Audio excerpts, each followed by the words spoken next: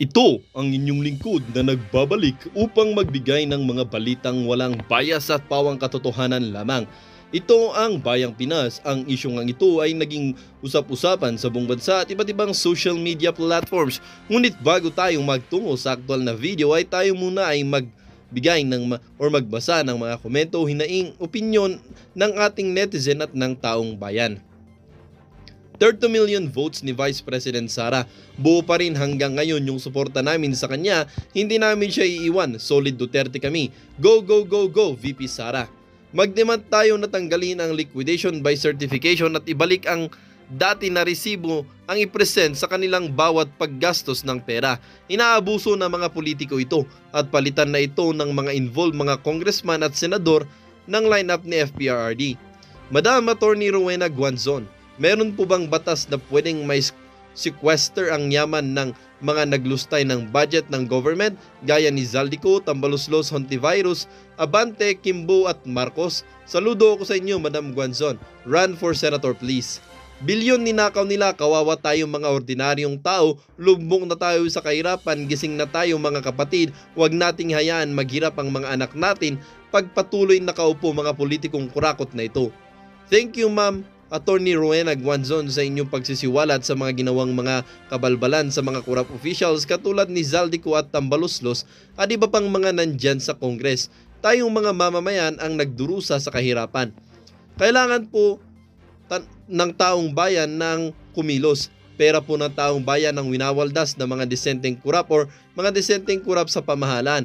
Kaysa panay tayo reklamo, ngayon na wag na ipagbukas pa. May Vice President pa tayong inaasahan upang itaguyod sa pag-unlad. Well, para nga sa kabuang detalye at impormasyon ay panoorin na lamang ang buong video. At salamat na rin sa ating mga solid viewers sa walang sawang pagsuporta.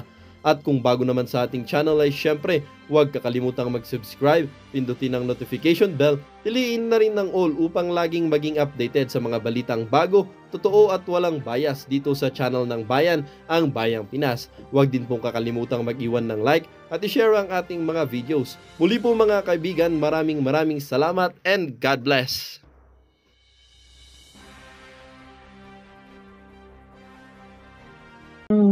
Bagyong baha na ganito ang pinsala sa atin. May namatay sa landslide doon sa Batangas. Mga lugar na hindi dati ay binabaha, ngayon binabaha na. Ang Naga, misulang water world noong first 3 days. At ni wala mang naipadala ang national government dahil hihintay na lang daw humumpa ang baha. Ano kayang ginawa ng mga Navy dyan? Mga inflatable boats ng Navy, mga helicopter, ano kayang ginawa dyan? Wala na ba talaga silang silbi? Hindi ba pwedeng drop from helicopters ang mga food packs at mga medicine? Kawawa, mas kawawa ang mga persons with disability at kanilang mga anak dahil hindi po nila kayang lumangoy, hindi nila kayang lumabas sa mga bahay nila para mailigtas ang kanilang mga anak, mga hayop at mga belongings. Kaya tatanungin po talaga natin, bakit po ganito kalubha ang pinsala at kataas ang baha dyan sa Naga at sa Bicol region? Dahil po, ang mga rason ay marami. Isa na dyan, yung walang tigil na quarrying. Quarry na quarry, hukay ng hukay. Kaya yung tubig po ay wala nang ay di naglimisto lang flood basin. At pag yan ay umapaw, ay talagang wala nang lalabasan ng tubig. Yung flood control projects na bilyon-bilyon, nasaan na? Yan ang dapat tinatanong natin. Dapat iniimbestigayan ng Congress kung saan napunta na yung flood control na yan at ipatawag nila by special audit ang Commission on Audit. Saan napunta? Paano ginawa? Paano nila ginawa at ginastos at bakit ganyan pa rin? Gusto lang walang solusyon ng pagbabaha bawat bagyo sa atin. Ito pa, bakit hindi napipidik ito ng gobyerno? Bakit hindi bumili? Kagaya ng Japan na may days ahead na pipidik na saan ba hahagupit ang bagyo. At pinipidik na kung gaano kataas ang tubig na hindi maipapalabas o magiging sanhi ng baha. Ayuda na lang tayo ng ayuda, antayin na lang bawat na. Yun na solusyon. Kaysa maging prepared, tulungan ang tao maging prepared sa mga baha na ito. Hindi nakaprepare. Ang taga Bicol, kahit nakaprepare sila for 7 days, hindi na kaya. Gutom na sila on the 3rd day. Dahil wala namang nagbibenta na. At wala ang paraan para makalabas sila ng baha. Hindi naman po doon, Batangas, na dati ay walang baha po dyan sa Batangas. Ngayon ay bumaha na rin todo at nag-landslide. Kaya kailangan na pong panagutan naman ng gobyerno yan. Maliban sa reconstruction, rehabilitation ng mga bahay dyan, dapat magbigay ang national government dyan ng rehabilitation ng funds sa mga bahay sa pinsala ng baha. Ano naman sila, uulitin na naman nilang lahat ng mga savings nila, mapupunta na naman sa pagpagawa nila ng bahay nila. Sana po, gising-gising naman po ang ating mga pangulo sa Pilipinas. Gising po, gising. Galaw-galaw. Etong si Senator Bato, niyari si Karen Davila. Nayari ko siya dito. Ha? Panoorin mo natin itong napakagandang interview na ito. At talaga nga namang masasabi natin, ang mga ibang kababayan natin talagang hindi maintindihan ng mga nangyari nung sa Senate hearing. Pero gayon pa man, alam niyo, ang lupit talaga nung Senate hearing ito. Hindi talaga ako makapag-move on dyan. Alam niyo kung bakit? Kasi nawindang po literal ang political scene dahil merong kakaibang nangyari sa Senate hearing. So kung hindi nyo pa po napapanood yung ibang mga discussion natin dito, nandyan lamang po sa aking channel, Banat Bay. Subscribe na rin po kayo. Makikita ninyo, napakaganda ho ng mga nangyari. At marami pa po tayong pag-uusapan dahil malaman at talagang matindi po ang nangyari po doon sa Senate hearing. Ito ho ay sabi nga nila, historical ika nga. Hindi lang dahil sa nagmura si Pangulong Duterte sa Senado, pero kahit po yung mga kumukontra sa kanya nabahag ang buntot, ika nga, hindi siya napakontempt, wala hong nangyari. As in, parang sabi nila ginawa daw Malacanang ni Pangulong Rodrigo Roa Duterte ang Senado. At yun talagang na-occupy niya. Ang term pa nga ni, sino ba to, si Chis Escudero ba yun? O si Senator Lacson, ilagay nyo nga dyan sa comment na na-invade. Alam mo yun? Sabi ko nga, sa totoo lang, yung komento nilang na-invade daw ni PRRD, etong Senado, parang hindi doon napigilan ng mga ilang senador yung mga sinasabi ni Duterte doon sa loob ng Senado. Akala nila ito isang negatibo, di ba? Na karakter o negatibong description ng nangyari sa Senate hearing. Hindi po. Ang ibig sabihin po nung na-invade, ganun po kalakas si Pangulong Duterte. Ganun po niya na-control ang sitwasyon na supposedly, di ba? Supposedly, kontrolado sana ni Senator Ontiveros. Don't ever forget, ladies and gentlemen, there is 2 senators na minority sa Senado. Si Ontiveros at po si Pimentel. Si Pimentel po ang nag-resign. Si Ontiveros ang bumatikos at naandoon siya. Pero nabahag po ang buntot kay Pangulong Rodrigo Roa Duterte. Ganun ho kalakas si Pangulong Duterte. Kahit as in, non-stop siya, binabara niya. Wala ka kasing alam. Subla talaga yun. Suplak na suplak talaga yun. Wala ka kasing alam. Tapos ano pa sinasabi niya, hihilahin kita sa impyerno. Ang lupit talaga nun. Hindi, alam niyo mga kababayan, sabi ko nga, kung, di ba, tapang-tapang yan, dami-dami pinakukontempt. Kukontempt ka namin, blah, blah, blah. Hindi nila napakontempt. Although sinasabi ni presiding officer at that time was si Coco Pimentel, sinasabi niya wala daw kapangyarihan ni contempt whatsoever. Ang sa tingin ko, more than anything else, hindi nila napigilan. As a matter of fact, gusto na nilang umuwi. Ito nga si Risa Ontiveros, tumakas na nga. Sino umalis na? Ganun tanda kami. Ganun dahil ba siya umalis? Pero si Pangulong Duterte, pinaalis na. Sabi niya, hindi, tapusin natin doon, kamaayos ang problema ng bayan natin. Ganun no si Pangulong Duterte. Actually, alam nyo, balita ako nga yun, noong may mga cabinet meeting, ang Pangulong Rodrigo Roa Duterte, handa na ho sila maglatag ng mga kama doon. Yung mga sekretary, may daladala ng unan. Tapos may daladala na ho silang banig.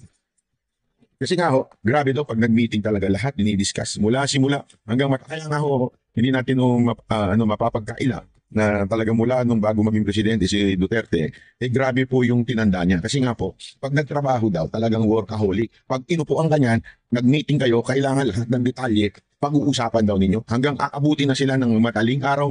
Umuwi nga, ito sinabi yung mismo sa akin ni PRRD ito, umuwi sila ng mga alas 7 na ng umaga, at nagre-review pa ho siya ng mga papel na ipinasa sa kanya. So nakakatulog na daw siya, talagang late na. Ganun ho ka. Kaya no wonder, ganito siya sa Senado. Di ba po? Pero gayon pa man, may mga bumatikos. Sinasabi nila, grabe naman yan, ganito.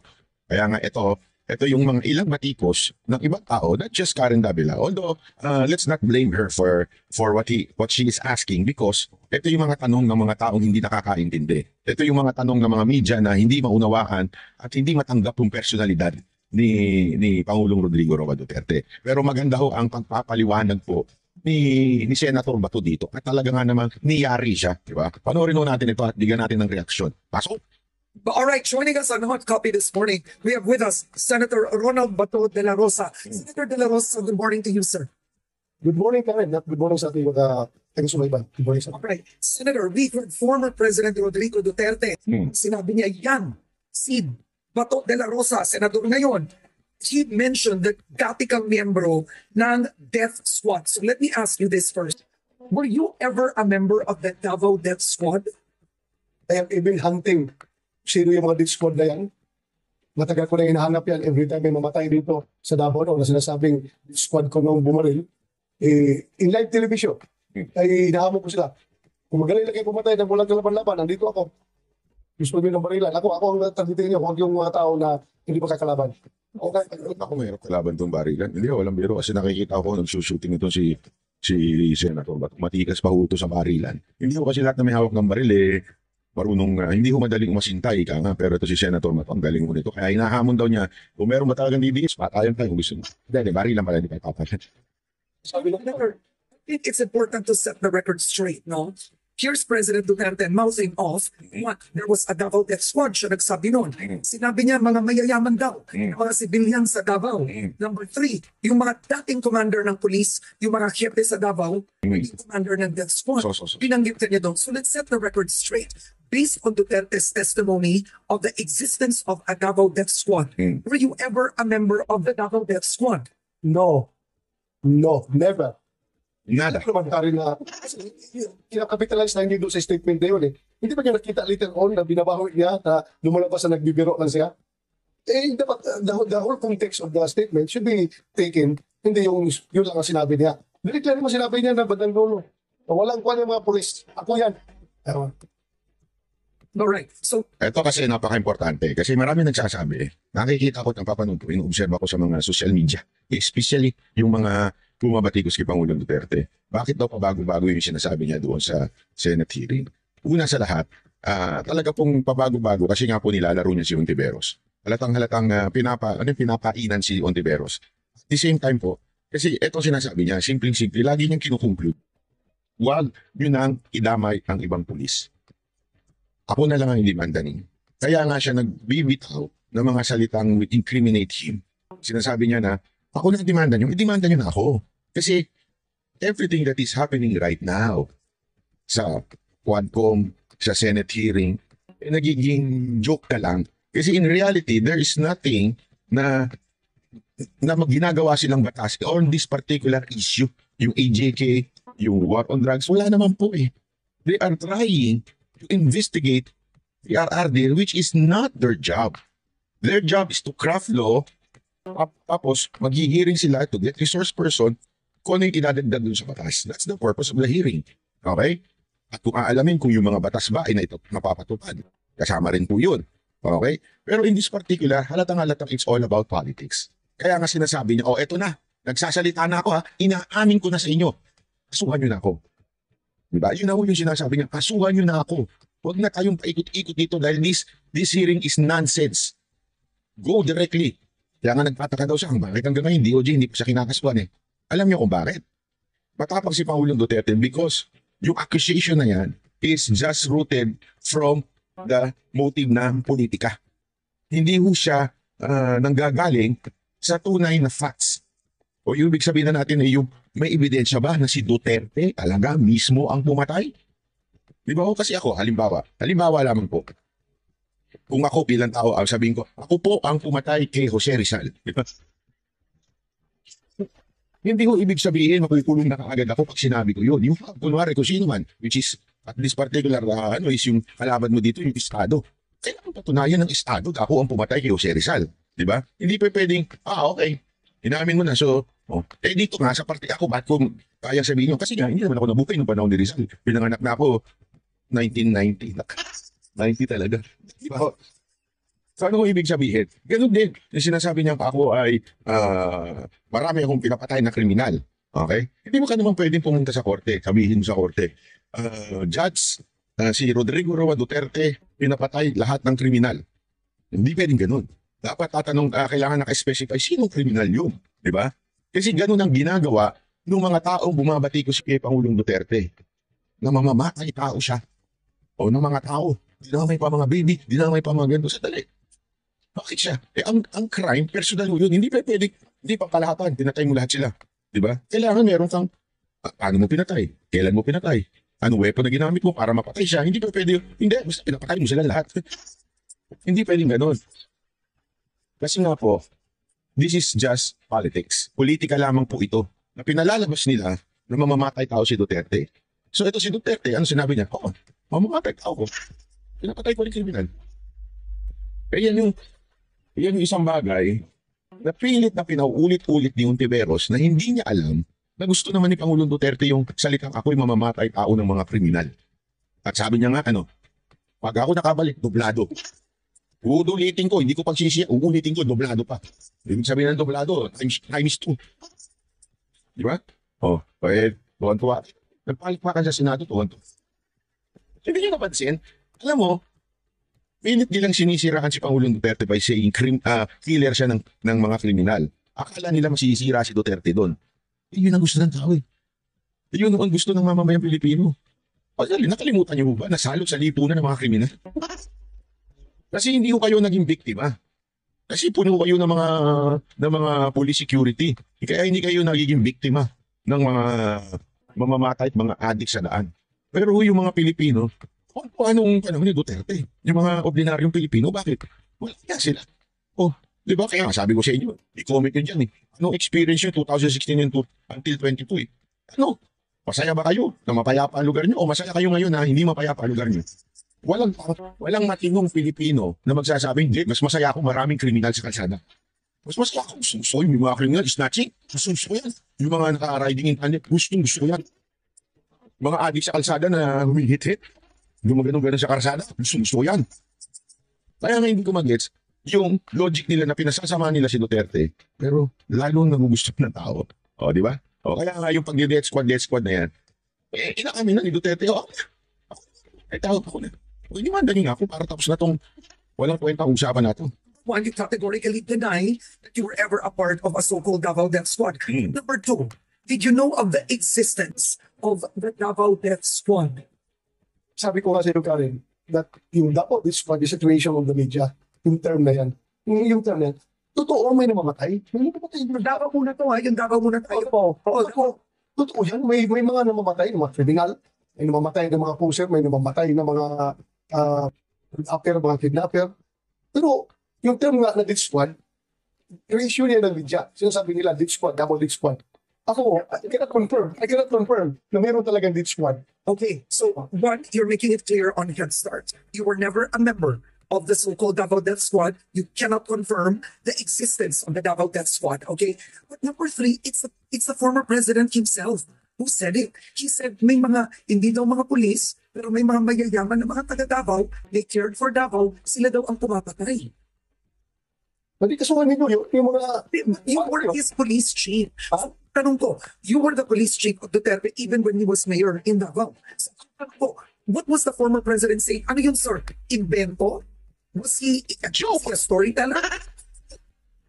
Alam mo, Madam Karen, sorry po Madam Karen ang tagal na ni PRRD, hindi nyo pa rin kabisado. Hindi nyo pa rin alam kung kailan siya nag-joke at kailan siya nagsasabi ng totoo. Ano to? Tungina nyo naman makagits ng tao. Lahat ng mga Pilipino, kami mga ordinaryong Pilipino sumuporta kay Duterte, alam namin kung kailan siya nagbibitaw ng joke. At alam namin kung yan ay totoo. Alam mo namin po yun. Alam namin na joke yung mga mamayayaman na pumapatay sa mga adik. Sino ba namang siraulong mayaman na siya mismo ang papatay sa adik? Pwede utusan, mag-utusan ng iba. Pero wala naman siyang interest. Bakit mo mayaman ka? Ano trip mo? Rolex? Ferrari? Porsche? O babae? Ang trip ko, pumatay ng adik. Madam Karen naman, don't you think that is pretty obvious na joke yun? Di ba? Pambihira naman tayo, madam, oh. You can't say it's a joke. It's either a lie or the truth. Ano po yun? Parang hindi nyo kilala si President Duterte, magaling yan gumamit ng mga words. Eh, dapat, kung ito interpretation of what he has said during the Senate hearing is subjective. Kung ako tanungin mo si General Gamboa, tanungin mo si General Danao, yung mga dumaan ng chief of police dito, ang masasabi talaga sa'yo, nagbibiro lang yan, yung boss namin, nagbibiro lang yan. Kung kayo, tingin ninyo, na may meet yung sinasabi niya na talagang mayroong dismal din. Sabi nga niya kasuhan niyo ako. If you have the evidence, kasuhan niyo ako. Inamit pa niya na lahat ng mga whatever, hindi from Davao, mag-ilibit tayo sa national level, whatever the police, whatever the drug war succeeds to do or failed to do, ay sa kanya yun, siya ang may legal responsibility doon. Yeah. So, di ba sabi niya, inahamon niya ang mga complainant na magpala kayo ng kaso sa akin. Kasuhan niya ako. No, we're gonna get there. We're gonna get there, Senator. But it's to first analyze because it's very difficult for the public to sinasabi ng mga kakampi ni Duterte. Nagbibiro yan. Ganyan lang siya. He uses words. Very difficult daw. Very difficult dun sa mga slow. Sorry pero very difficult. Hindi nyo alam kung kailan siya nagbibiro. Kasi sasabihin niya, mga death squad, yung mga gangster namin yan Sorry, pasensya na Madam Karen, only those na walang common sense or utak ang magsasabing totoo na merong death squad si Duterte. Sinong gunggong ang aamin na meron akong mga gangster na inutusan para patayin yung mga adik? Madam, hindi pa pwedeng it's truth or lies. Magkaiba yun. Hindi ko pwede. Naman sabihin ko sa iyo, madam. Halimbawa lang, sabihin ko sa iyo, si Banat Bay, sobrang gwapo. Pwede mo ba sabihin kagad, it's truth or lies? Hindi pa pwedeng nagdo-joke lang? Mali, di ba? Hindi ko ano pa ang pag-unawa ninyo. Pero ako alam ko joke yun. Di ba? Pero naiintindihan mo, madam, walang ganun. Wala. Ewan ko kung sinong yung komunidad mo na nagsasabi, joke ba ito? Hindi. Obvious naman na joke eh. May punto si Senate President Francis Escudero. He was under oath, right? When you read a transcript, di mo naman malagay doon, nagbibiro, tumatawa, walang ganun. It's not that way. At in the end, he admitted to a Davao Death Squad under oath. Kaya nga, kung if he admitted, and you think that is enough evidence for him to be charged in court, by all means, you have to do it. They have to do it. Kung sino dapat gumawa na. Yun, gawin na kasi. Inahamon na nga kayo, gawin ninyo na. Ako kasi, alam mo, tinanong ko yan Tinanong ko sa mga abogado yan Tinanong ko, sabi ko, di ba incriminating yung sinabi ni PRRT? Tapos, hindi ba siya natatakot na siyempre, ang DOJ hawak ng mga nasa executive ng Pangulo yan which is opposition si Pangulong Duterte, di ba? Hindi ba siya natatakot? Alam mo, ang mga abogado at mga piskal, they could be biased in a way, some, not all, but in a certain extent. Okay? Pag alam nilang na sobrang malabo naman yan, malabong lutuin yan, malabong, alam mo yun, malabong umandar yan. Ibig sabihin yung mag-prosper yung case na yan. Kahit sila ay hawak ng gobyerno, they will not do it. Kasi tandaan natin, yung piskal, may RTC. Baka RTC pala, masuplot na po sila. Diba? Kasi not all judges, sabi nga hindi sila beholden sa executive branch o yung presidente. Okay? Unless they want more promotion, diba? May mga ganon. Pero hindi naman po sila matatanggal bilang judge Hindi po sila matatanggal basta-basta ng judge. So kung yung mga yan, ay patas pa rin po yan magpatupad. More or less. Lalong-lalo na sa CA, lalong-lalo na sa Supreme Court. Ang Supreme Court talagang mahirap yan kontrolin. Hindi mo makokontrol yan. Kasi kaya nga ho sila sa Supreme Court Everything that happens and finality manggaling sa Supreme Court. So, mahihirapan po talaga doon. So doon pa lang, yung mga piskal na nasa baba, medyo, pag alam nilang tayo, katarantaduhan naman ito. Katarantaduhan tong kaso nito. Kami naman na masasabon kung sakaling isabihin namin na may probable cause ito. Sasabihin may probable cause kasi wala nang biktima. Alam mo yun, sino biktima mo ilalagay mo dyan? Okay. Yung kay Kian, alam ko may nakonvict na, so ililipat mo yung kaso kay Duterte. You understand what I mean? Imposible ika nga. Ibig sabihin, hindi naman po yan. Kaya nga sinasabi ni Pangulong Duterte, pasuhan nyo na ako para tama na yung tatawagin pa siya sa Congress na alam namang moro-moro, tatawagin pa siya sa Senate na alam naman natin wala rin pinatutunguhan. indiretso nyo na. Okay. Indiretso nyo na yung kaso. Kasi noon, yun, may laban na ang si Pangulong Duterte, yung kanyang legal team. Ano ibig sabihin nun? They can cross-examine the witnesses. Di ba? Kahit siya, pwede siyang i-cross-examine. Di ba? Kaya nga, ibig sabihin, doon ang tunay na laban. Saan? Politika na lang yan. Politika, di ba? Pinalalabas ni Tiberos, malinis siya. Pinalalabas ni Duterte, mamamatay tao siya sa mga kriminal. Since it's politics na, sa tingin ninyo, sino ang mas nagustuhan ng tao? Tanungin ko pa yung mga kababayan. Hindi lang po, sana i-share nyo ito sa mga kaibigan ninyo. Tanungin nyo yung mga kaibigan ninyo. Okay? Ano ang mas gusto ng tao? Yung presidenteng mamamatay tao? O yung presidenteng chillax? O yung, kasi ito kasi kung ito isipin nyo, tandaan ninyo, may pangarap si Tiberos. May future, may pangarap to. Na maging talagang pinuno ng opposition, may pangarap to. Ano gusto niyo yung klase ng pamumuno? Yung kay Duterte? Na mapayapa tayo? Maayos ang pakiramdam natin? O dito kayong Tiberos? Na kinakalinga ang mga comment ay. Okay, siguro pa ng mga pagbabanggain pa natin yung point of view ng mga dumaan na tao under sa kanya na iba yung pagtingin at saka yung people in general na sinasabi mo na hanggang ngayon after 6 years of President Duterte's term of office, after 6 years of being a president of these Philippines, hindi pa rin nila maintindihan yung ugali ng tao. So, huwag na natin pagkain yun. At your point, we have our point. If you have the goods, then sinabi na nga, kaso. You're right, find a case. But I'm curious, when the president said, yan si Bato, commander yan ng Davao Death Squad, what was your reaction? You were sitting there. Makuha ko. Alam ko naman yung tao na magaling yan gumamit ng words, magaling magbiro. Kaya din na tayo nagka-class ngayon ng ating interpretation. Dahil sa tagal kung kilala yung tao na yan, magaling yan magbiro, magaling yan na mag-intriga.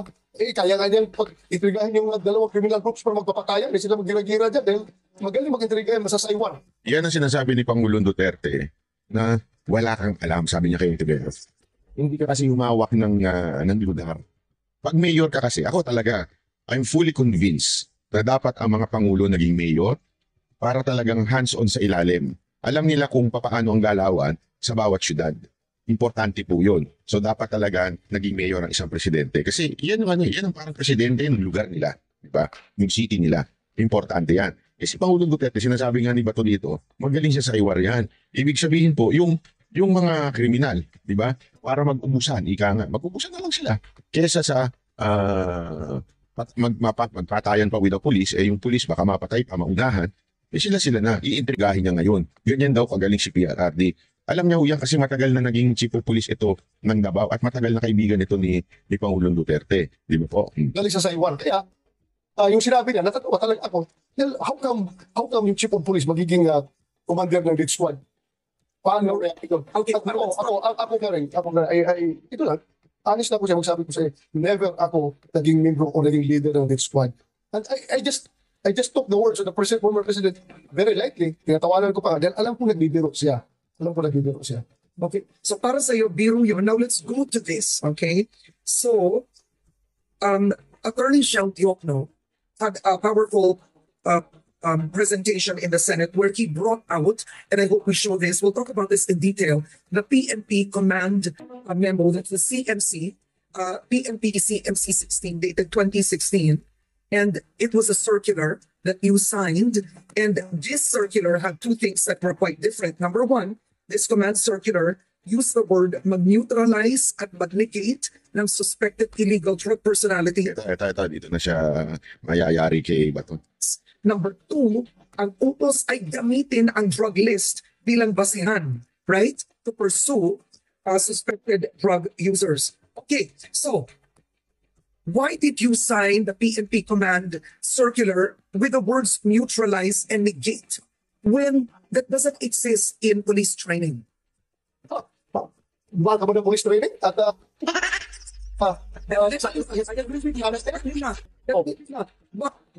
Definitely not pala eh. Hindi pala eh. Bakit mo sinasabi this neutralize is not part of the police? Ito yung part na sabi ko, ganito talaga ang personality ni Karen Davila. Nagmamarunong.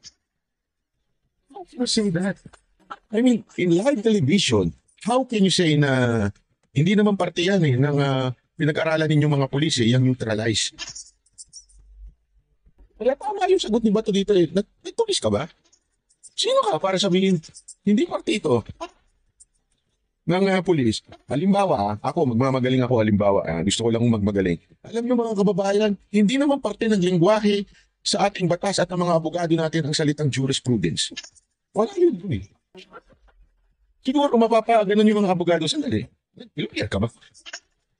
Abogado ka? Dito sinasabi niya, wala naman sa atin, wala rin mga pulis. Na pulis, tingin ka? Tingnan mo, sabay kabig siya dito eh. Dito ako tawan-tawan sobrang tawan-tawa ako dito. Kahapon habang nag-titrain ako, ito walang biro ito, hindi ito joke ha. Eh, alam niyo naman dito sa Japan, di ba? Dito sa Japan talagang tahimik. Sa Japan po kasi ako eh. So tahimik dito sa train eh. Bawal po dito yung maingay. Alam mo yun, hindi pwede nag-uusap sa telepono. Lahat ng mga tao dito parang mga single lang. You know? Walang magmamahal sa buhay. Yung mga ganun lang. Naglalaro. Minsan, madalas sila naglalaro eh. Matatanda, naglalaro eh. Sa atin, iba, nagsusugal. Eh, dito naglalaro. O, ganyan sila, di ba? Tapos ako, hindi habang ang tagal din eh. Habang nagtitrain ako. Tapos sabi nanonood ko ito, bigla ako natawa. Oo, natawa talaga ako. Nalaglag ako sa upuan ko eh. Sabi ko, eh kasi, ano ba rin? Sila talagang parte ng pulis. Pakinggan natin na ulit. In the PNP command circular with the words neutralize and negate when that doesn't exist in police training. Mahal ka ba ng police training? At sabi mo, I agree with you. Definitely not. I agree with you. Ikaw talaga. Ang gulo-golo mo naman talaga. Pare, dami lang gulo-golo mo, ha? But the police officer Oo. Yung takot-awan na yung salit. Pinag-iinom pa talaga, di ba? Di ba? Di ba nga mga polis? Hindi. Di ba? Mahal ka ba ng police training? At sabi mo, I agree with you. But the police officers that were interviewed said that neutralize and negate. The ones interviewed said ang ibig sabihin nun ay pinatay or killed. Sino nagsabi? Sige, sino nagsabi? Based on the interviews, Sino nga nagsabi? Yan kasi ang hilig eh. Ang hilig ng mga babae. Saka ng mga minsa. Eh, sabi ng mga polis eh. Ito daw, ibig sabihin eh. Sino nga? Di ba? O sabi ng ka-opisina mo eh. Babae ka daw. Sino opisina mo nagsabi? Sabi sa akin, sino? Hindi, basta sabi ng mga ka-opisina mo.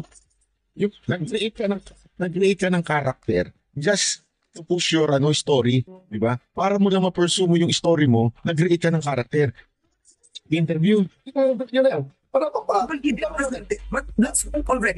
So what for you is neutralized. Booking siya eh. Alam mo, Senator Bato, niyari mo dito si Karen Davila. Grabe, bilib na bilib ako dito. Kasi, tinan mo biglang sumigway. Sino ba yung mga pulis na yun? Sino ba yun? Sige nga, sino? Pakalanan mo nga yung mga pulis na yun. Hindi, biglang naiba yung tanong. Karen Davila. Hindi ako, kayo ko lang sa'yo, Madam. Ito, wala biro. Si Madam Karen Davila, matalino naman po siya. May logic naman po siya. Pero huwag po kayo magmamarunong sa mga bagay na hindi nyo alam. Yan ang no-no. Yan ang no-no sa isang journalista. Hindi naman po ako sa journalist, ha?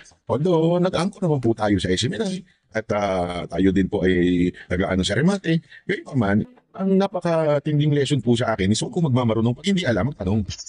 Hindi na lang simple. Huwag po tayong feeling magaling. Di ba? Para lang yung tao masabi, may alam to, matalino to. Huwag ganyan. Kasi mas mukhang tanga ang taong nagmamagaling kaysa sa taong nagtatanong. Bars! Ganun yan, ha? Gago! Di ba? Hindi totoo naman eh. Mas mukhang tanga, ulitin ko, mas mukhang tanga ang taong nagmamarunong kaysa sa taong nagtatanong. Ulitin natin yung part na yan, ha? Kung paano kumabig. The ones interviewed said ang ibig sabihin nun ay pinatay or killed. Sino nagsabi? Sige, sino nagsabi? Based on the interviews, Sino yung interview na yan? Para pa. but let's move already. Let's go already. Let's go already. Kasi hindi mo masangkot. Paano kaya ako sa korte ka, Madam? Tinanong na, di ba mga sa korte? Madam, Your Honor. Madam Karen Davila. Miss Karen Davila. So how come you said this? Your Honor, let's move on.